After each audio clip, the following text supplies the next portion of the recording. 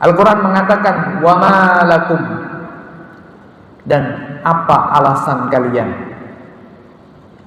Wa ma lakum, dan mengapakah kalian, maknanya apa alasan kalian. La tuqatiluna fi sabilillah, kalian tidak berjihad, berperang di jalan Allah. Wal mustad'afin, dan berperang dalam rangka membela orang-orang yang lemah. Mengapakah kalian tidak berjihad di jalan Allah dan berjihad menolong orang-orang yang lemah, baik dari kalangan laki-laki, perempuan maupun anak-anak, yang mereka berteriak memohon kepada Allah, wahai Tuhanku, wahai Tuhan kami, keluarkanlah kami dari negeri yang penduduknya zalim ini, dan jadikanlah bagi kami ya Allah seorang pelindung, jadikanlah bagi kami ya Allah dari sisimu seorang yang memberikan pertolongan. Assalamualaikum warahmatullahi wabarakatuh. Alhamdulillahi rabbil alamin, wa bihi nasta'inu ala umuri dunya waddin, wassalatu wassalamu ala asyrafil anbiya'i wa sayyidil mursalin, sayyidina wa maulana wa habibina wa syafi'ina wa qurrati a'yunina Muhammadin wa ala alihi wa ashabihi wattabi'ina lahum bi ihsanin ila yaumiddin. Amma ba'du. Kaum muslimin jamaah, bapak-bapak, ibu-ibu, hadirin sekalian yang saya hormati rahimakumullah. Alhamdulillah, puji dan syukur kehadirat Allah Subhanahu wa taala. Pada malam hari ini kita kembali diperkenankan oleh Allah, diberikan kesempatan dan diberikan kesehatan,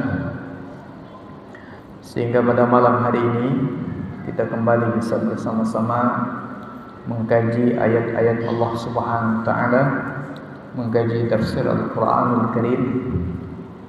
Dan pada malam hari ini insyaallah akan kita lanjutkan tafsir Quran surat An-Nisa, masuk pada ayat yang ke-74. A'udzu billahi minasy syaithanir rajim. Bismillahirrahmanirrahim.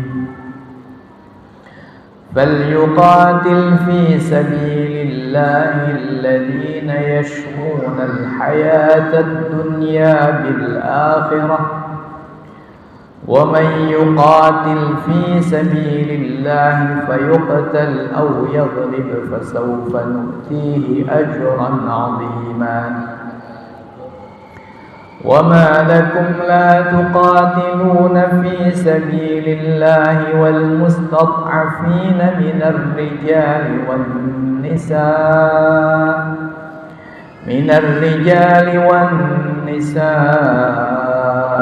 والولدان الذين يقولون ربنا أخرجنا من هذه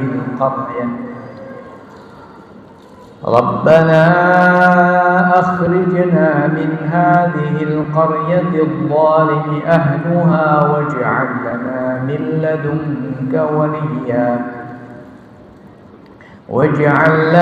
من لدنك وليا واجعل لنا من لدنك نصيرا الذين آمنوا يقاتلون في سبيل الله والذين كفروا يقاتلون في سبيل الطاغوت فقاتلوا أولياء الشيطان إن كيد الشيطان كان ضعيفا.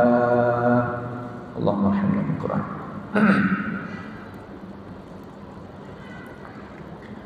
فليقاتل في سبيل الله, maka hendaklah berperang di jalan Allah.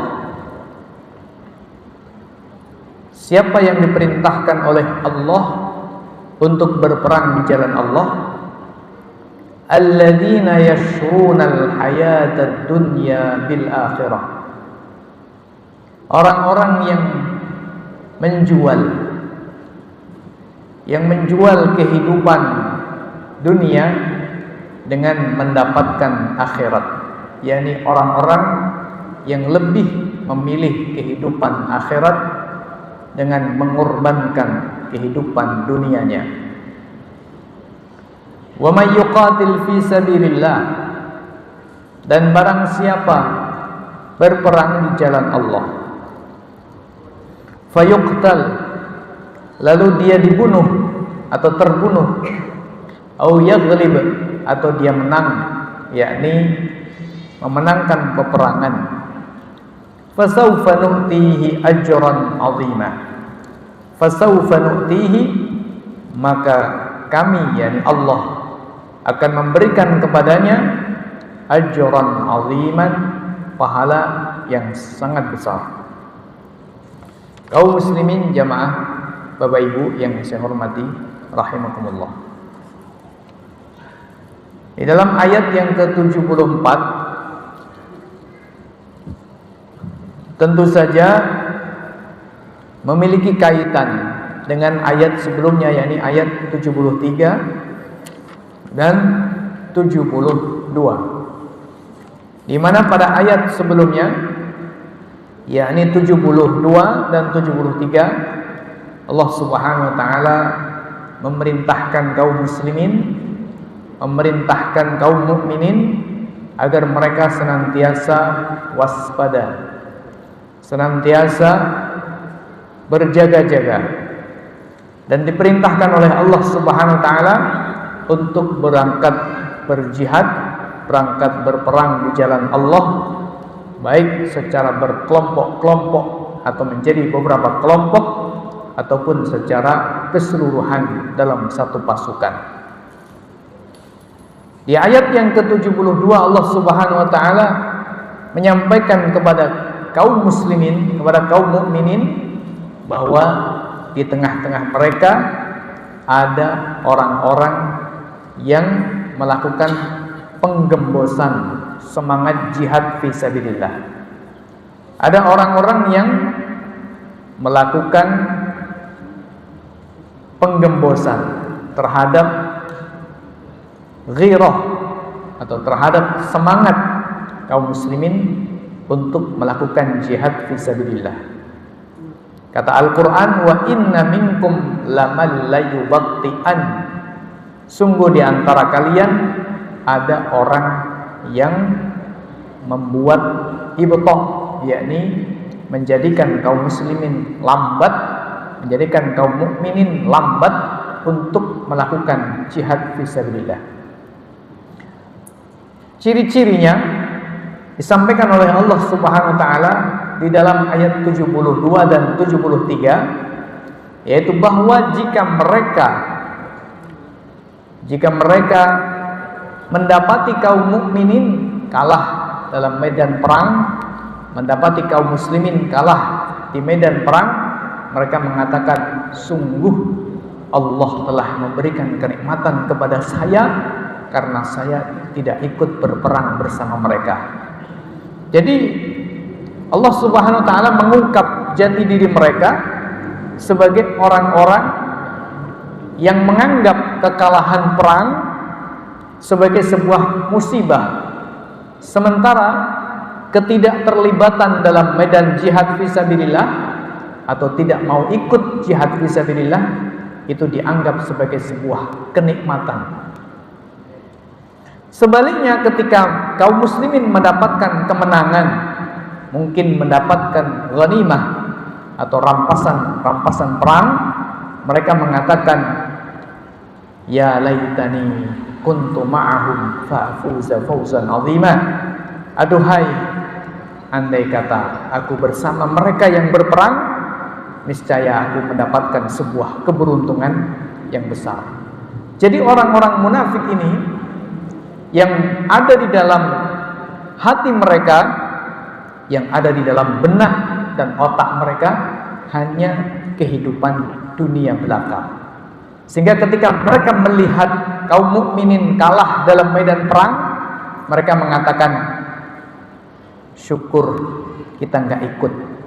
Alhamdulillah, nikmat Allah besar sekali kepada saya karena saya nggak ikut perang sehingga nggak mati. Sementara ketika kaum mukminin menang, sehingga kaum mukminin mendapatkan harta dari berperang tersebut, mereka mengatakan, aduh, andai kata kemarin saya ikut berperang, niscaya saya mendapatkan harta yang besar.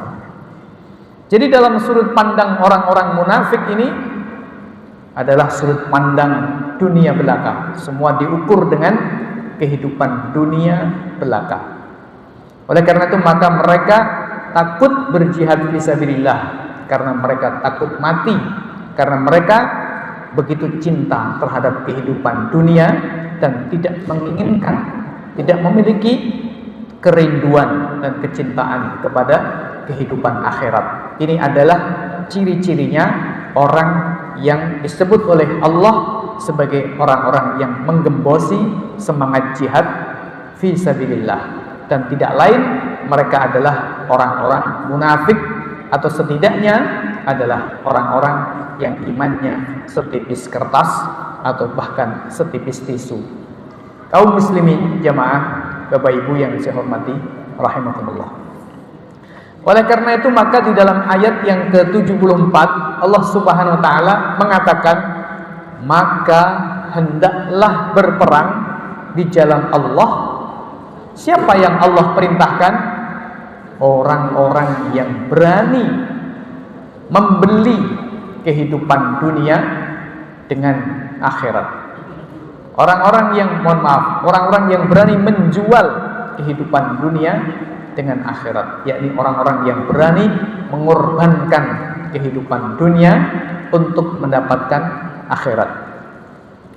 Jadi ketika Allah Subhanahu wa taala mengatakan falyuqatil fi sabilillahi alladziina yashrunal hayatad dunya bil akhirah, hendaklah orang-orang yang membeli kehidupan dunia, menjual kehidupan dunia dengan akhirat, atau menukarkan kehidupan dunia dengan akhirat, diperintahkan oleh Allah Subhanahu wa taala untuk berjihad fisabilillah, seolah-olah yang Allah perintahkan hanya mereka, hanya orang-orang yang berani mengorbankan kehidupan dunia dengan akhirat untuk mendapatkan akhirat.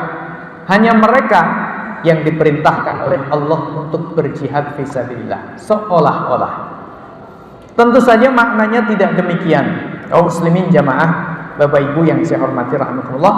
Akan tetapi makna di dalam ayat ini adalah bahwa memang hanya orang-orang yang berani mengorbankan kehidupan dunianya demi mendapatkan akhirat, hanya orang-orang seperti ini yang berani berjihad di jalan Allah Subhanahu wa taala. Dengan kata lain, orang-orang yang berani berjihad di jalan Allah itu hanya orang-orang yang menginginkan kehidupan akhirat. Karena itu mereka berani mengorbankan kehidupan dunianya untuk mendapatkan kehidupan akhirat. Dengan kata lain yang lebih tegas, hanya orang-orang yang beriman secara sungguh-sungguh yang berani berjihad fisabilillah. Begitu maknanya.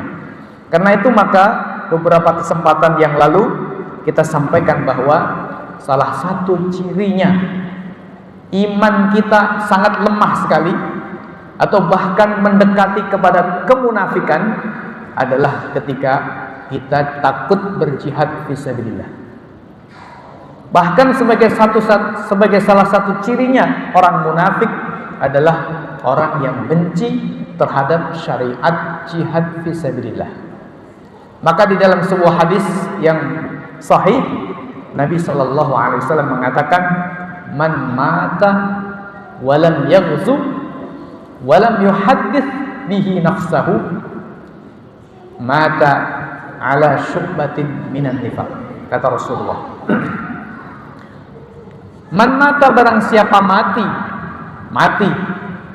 walam yaghzu, dan dia belum pernah berjihad fi sabilillah, walam yuhaddits bihi nafsahu, dan dia tidak pernah ada kerempet di dalam hatinya, tidak pernah terbersit di dalam hatinya untuk berjihad fi sabilillah. Hatinya tidak pernah berbicara, andai kata ada jihad dikumandangkan, saya akan berangkat. Andai kata ada jihad diserukan, maka saya akan berjihad. Di dalam hatinya tidak ada rasa keinginan untuk mendapatkan kemuliaan berjihad di sisi Allah Subhanahu wa taala, berjihad di jalan Allah Subhanahu wa taala. Tidak ada di dalam hatinya perasaan seperti itu. Kata Rasulullah, siapa yang mati dan belum pernah berperang, dan hatinya juga belum pernah berbicara ingin berjihad fisabilillah, andai kata ada kesempatan, kata Rasulullah, mata ala syu'batin minan nifaq, maka dia mati di atas satu cabang dari cabang kemunafikan. Jadi berarti hadis ini mengkonfirmasi kepada kita, hati kita munafik atau tidak, ada campuran atau ada bibit-bibit munafik atau tidak, mengkonfirmasi kepada diri kita apakah di dalam hati kita ada lemahnya iman atau ada penyakit yang dalam istilah Quran disebut dengan fi qulubihim marad, di dalam hati mereka ada penyakit. Kaum muslimin jamaah, Bapak Ibu yang saya hormati rahimakumullah. Nah, begitulah konteks ayat falyuqatil fi sabilillahil ladzina yashrunal hayatad dunya bil akhirah. Hendaklah orang-orang yang berani mengorbankan kehidupan dunia untuk mendapatkan kehidupan akhirat berjihad di jalan Allah. Sehingga memberikan pengertian hanya orang-orang yang berani mengorbankan kehidupan dunianya untuk kehidupan akhiratlah yang berani untuk berjihad fisabilillah. Setiap orang yang di dalam hatinya lebih cinta kehidupan dunia daripada kehidupan akhirat, tentu tidak akan berani berjihad fisabilillah. Setiap orang yang munafik maka tidak akan berani berjihad fisabilillah. Karena itu maka salah satu ciri kemunafikan adalah membenci syariat Allah Subhanahu wa taala yang wujudnya adalah jihad fisabilillah. Kemudian Allah Subhanahu wa taala menjelaskan tentang keutamaan orang yang berjihad. Apakah dia mati ataukah dia berhasil kembali pulang ke rumah keluarganya. Quran mengatakan wa may yuqatil fisabilillah, barang siapa berperang di jalan Allah, fayuqtal, lalu dia terbunuh, au yaghlib, atau dia menang, fasawfa nu'tihi ajran 'azima, maka sungguh kami akan memberikan kepada dia pahala yang sangat besar. Pahalanya apa kaum muslimin jamaah, Bapak Ibu yang saya hormati rahimakumullah? Orang yang berjihad fisabilillah, orang yang berjihad fisabilillah, ketika dia mati maka dia akan masuk surga tanpa hisab. Semua dosanya diampuni oleh Allah Subhanahu wa taala. Masuk surga bleng. Jadi meskipun dia sebelumnya adalah orang yang berbuat dosa, bahkan dosa-dosa besar, tetapi ketika dia ada panggilan atau seruan jihad, kemudian dia berangkat, maka dia akan mendapatkan surga langsung tanpa hisab. Hadis-hadis Nabi Shallallahu Alaihi Wasallam mengkonfirmasi kepada kita bahwa orang yang mati syahid atau orang yang mati di jalan Allah, berperang di jalan Allah, dia diampuni semua dosanya. Karena itu maka Allah Subhanahu wa taala katakan tentang orang-orang yang mati syahid, sesungguhnya mereka tidak mati, tapi mereka justru hidup dengan sehidup-hidupnya.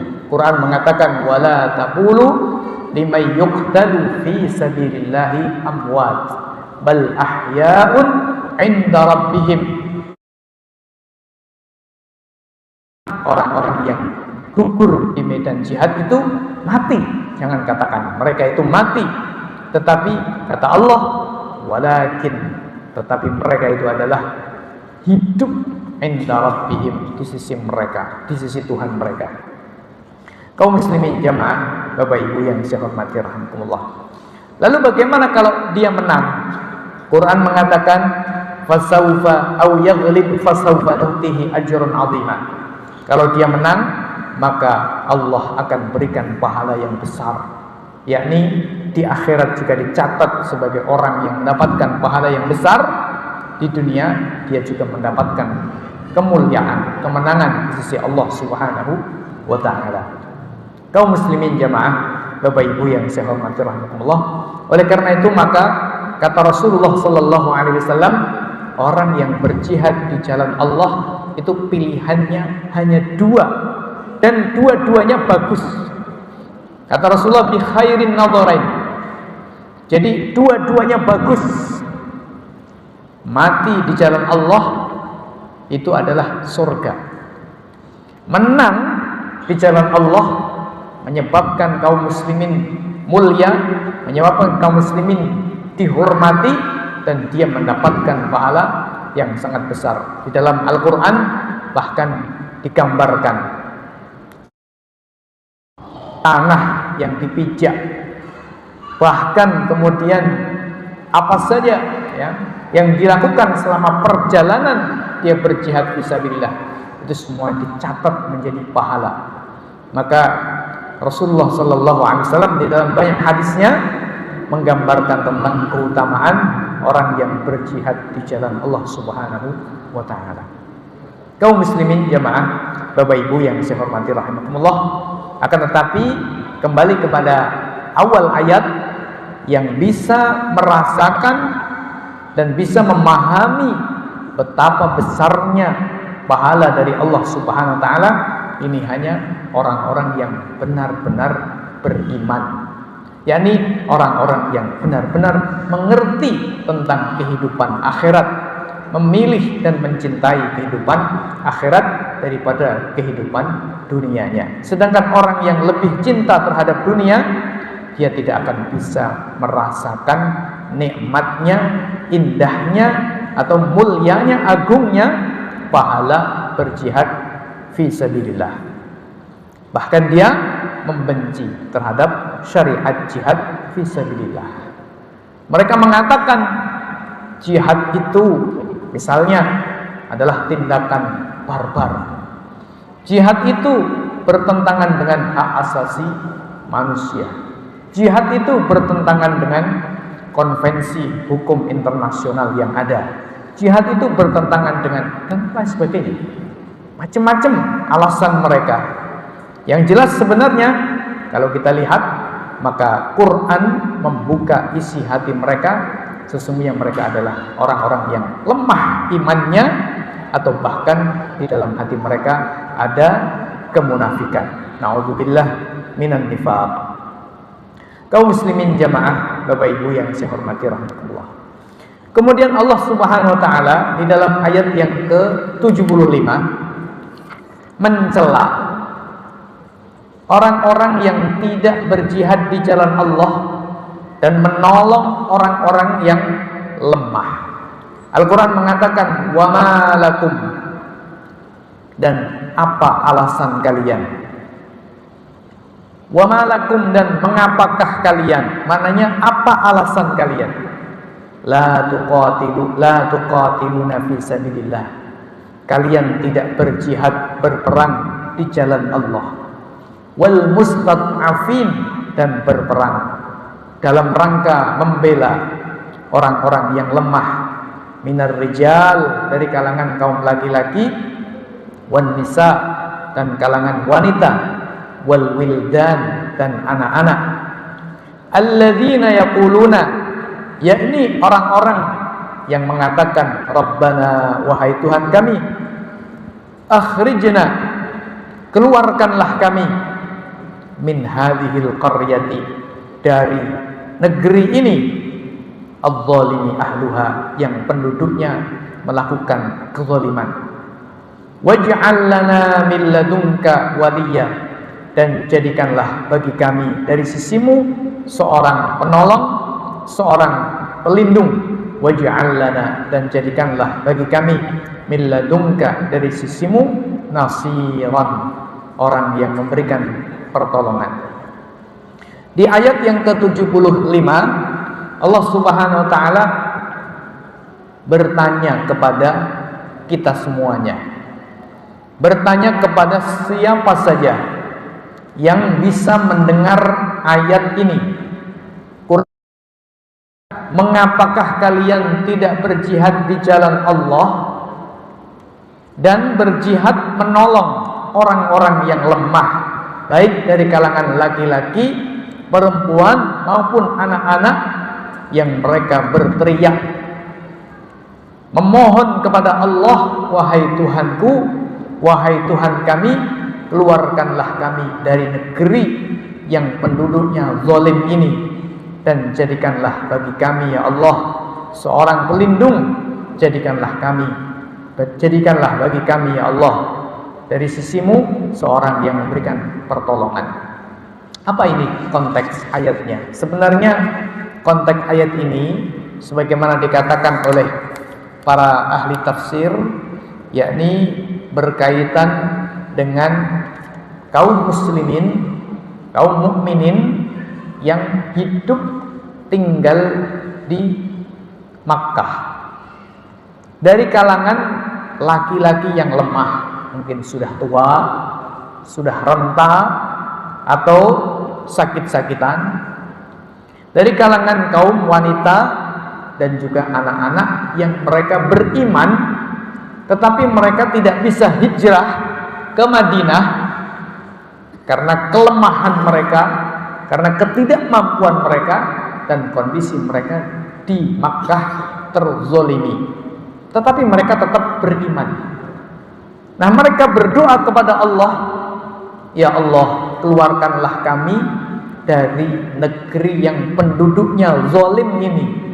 Ya Allah, jadikanlah bagi kami seorang pelindung dari sisimu, dan jadikanlah bagi kami seorang penolong dari sisimu. Begitu doa mereka. Nah, Allah bertanya kepada kaum mukminin dalam konteks itu, dalam konteks zaman itu ya, apa alasan kalian? Jadi apa argumentasi kalian?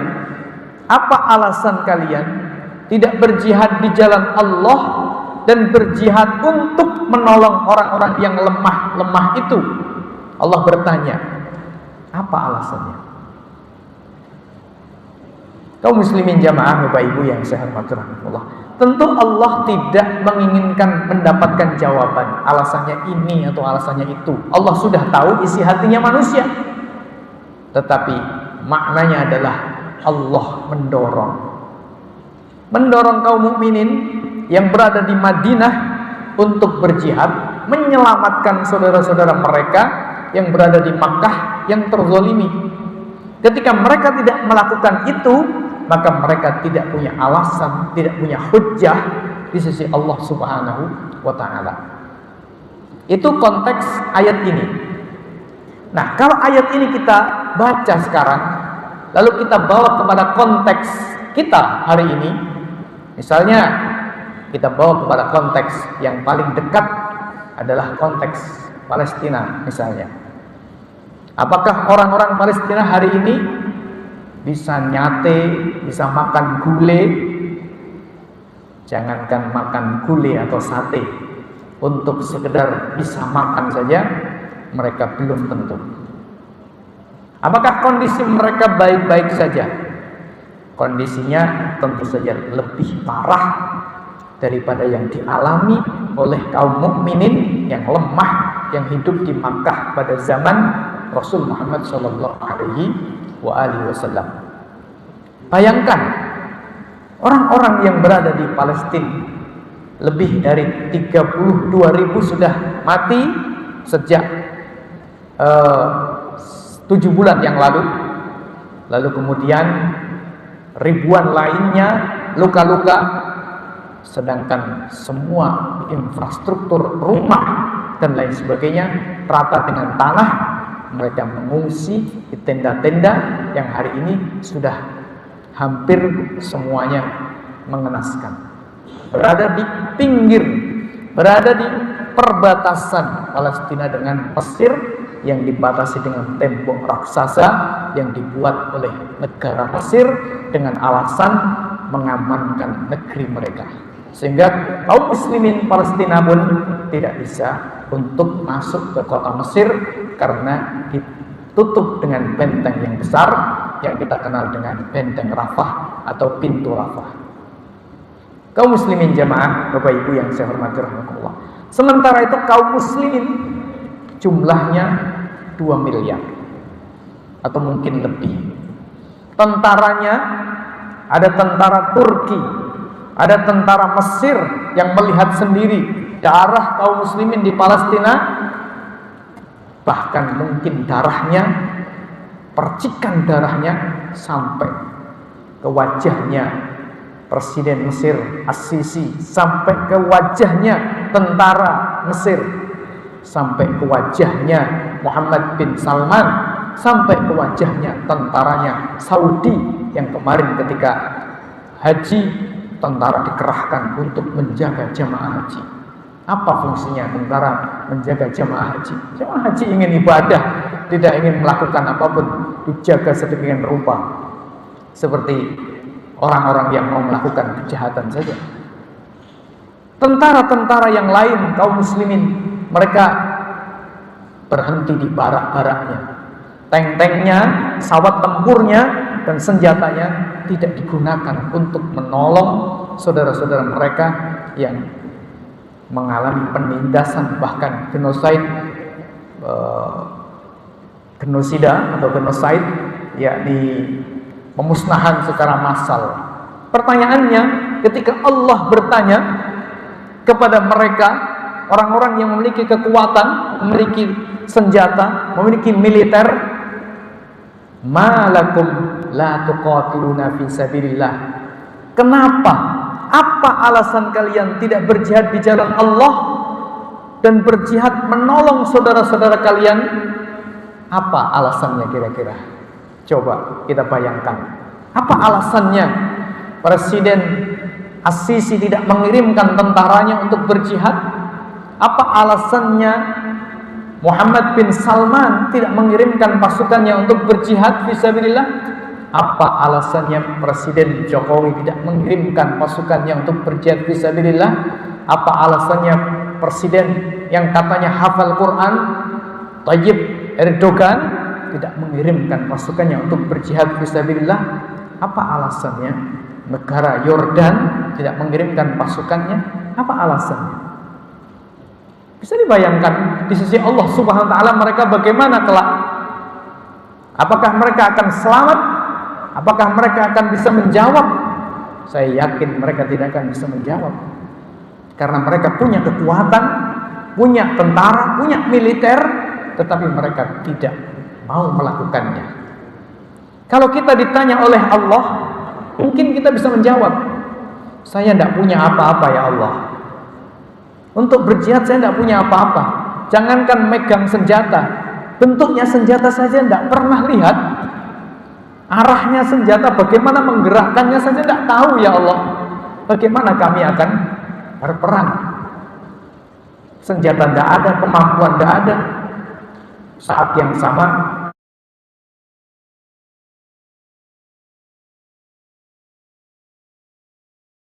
bisa dibilang, andai kata kami nekat dengan mungkin membawa senjata seadanya, dan itu pun tidak mungkin kami lakukan. Andai kata kami lakukan pun, kami tidak akan bisa melakukan apapun. Sebelum sampai ke sana mungkin kami sudah mati terlebih dahulu. Mungkin kita akan menjawab seperti itu. Mungkin diterima oleh Allah SWT. Mungkin. Akan tetapi bagaimana kalau pertanyaannya Allah adalah, kenapa kalian diam saja dan tidak pernah menyuarakan, tidak pernah menyerukan kepada pemimpin-pemimpin kalian, kepada militer-militer yang merupakan anak-anak kalian sendiri untuk berjihad fisabilillah. Kalau pertanyaannya diganti dengan seperti itu oleh Allah, kira-kira bagaimana jawab? Saya nggak bisa menyerukan ya Allah. Allah menjawab, ngomong raiso. Kira-kira seperti itu. Kaum muslimin jamaah, Bapak Ibu yang saya hormati rahmatullah. Oleh karena itu maka dalam konteks hari ini seperti yang sering saya sampaikan, bahwa sebenarnya hukumnya berjihad fisabilillah untuk menolong Palestina dan negeri-negeri kaum muslimin yang lain yang terjajah, ini adalah hukumnya fardu ain. Fardu ain. Fardu ain itu artinya apa? Artinya adalah sebuah kewajiban yang setiap individu per kepala akan dituntut oleh Allah Subhanahu wa taala sesuai dengan kemampuannya. Kata Imam Asy-Syatibi terkait dengan bagaimana orang itu bisa mengerjakan sebuah kewajiban. Bagi yang mampu untuk bicara, bicara. Bagi orang yang mampu untuk menulis, menulis. Bagi orang yang mampu untuk sekedar mengacungkan jarinya, acungkan jarinya. Bagi yang mampu untuk membawa senjata, bawa senjata. Bagi mereka yang mampu untuk berperang secara langsung, karena memang mereka adalah para pemilik kekuatan, ahlul quwah, militer, maka itu yang melakukan. Bagaimana kalau alasannya? Karena kami telah terikat dengan kesepakatan internasional, dengan kesepakatan hukum yang dibuat oleh PBB atau oleh hukum internasional yang lain, sehingga kami tidak boleh mengurusi urusan negara lain. Kalau kita misalnya beralasan seperti itu, kita balik bertanya, apakah alasan itu besok kira-kira di sisi Allah berguna, diterima oleh Allah? Seperti misalnya ketika kita misal tidak sholat, ketika misal kita tidak zakat, ketika kita misal tetap melakukan riba, atau naudzubillah min dzalik melakukan zina, lalu kemudian kita alasan karena semua ini di negara kami bebas, tidak ada yang perintah, presiden kami, pemimpin kami tidak pernah memerintahkan kami untuk zakat, tidak pernah memerintahkan kami untuk sholat, tidak pernah memerintahkan kami untuk puasa. Kalau ada orang-orang yang tidak sholat, tidak zakat, tidak puasa, juga tidak pernah dipersoalkan oleh pemimpin kami. Begitu pula ada orang berzina, orang melakukan riba, pemimpin kami tidak pernah mengganggunya dan tidak pernah melarangnya, bahkan memberikan fasilitas untuk itu. Apakah alasannya seperti ini misalnya? Berdasarkan undang-undang di negara kami itu semua nggak ada masalah. Apakah besok itu diterima oleh Allah Subhanahu wa taala? Alasan seperti itu. Nah, sama halnya dengan alasan karena sudah ada hukum internasional yang mengikat setiap nation, setiap negara bangsa, bahwa setiap negara tidak boleh mencampuri urusan negara yang lain misalnya, atau terikat dengan kesepakatan hukum internasional. Atau misalnya itu bukan urusan kami ya Allah, itu urusan orang Palestina, kami orang Indonesia, kami sebab sudah sepakat mendirikan sebuah negara yang berasaskan pada kebangsaan. Mana yang bukan bangsa kami, maka bukan menjadi tanggung jawab kami. Pertanyaannya, kalau misal kita besok menghadap Allah dengan alasan seperti itu, apakah Allah akan menerima jawabannya?